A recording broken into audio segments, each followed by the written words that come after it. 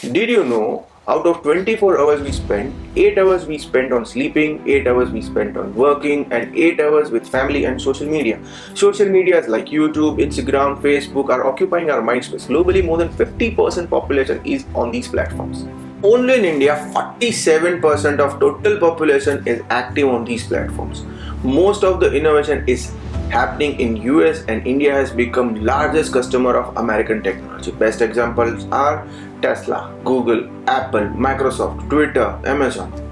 Why these stocks are not part of our portfolio? There are three ways to invest in US equities. First is mutual fund route. There are mutual funds available in India which also allows you to invest in Brazil, China and US. Second method is by ETF route. Exchange traded funds are also available for the same. Third method is to open a direct investment account. Investing via mutual fund and ETF is easy and doesn't require any special processes.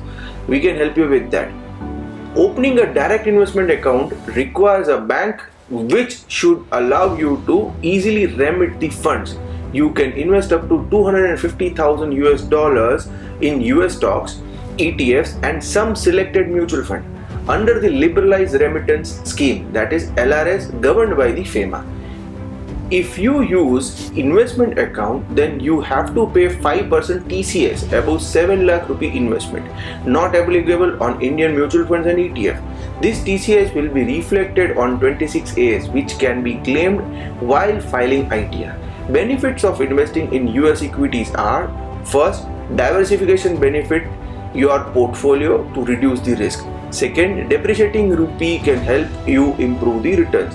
Third, you can invest in fractions. You can buy 1.5 shares of Apple or 0.01 share of Berkshire Hathaway.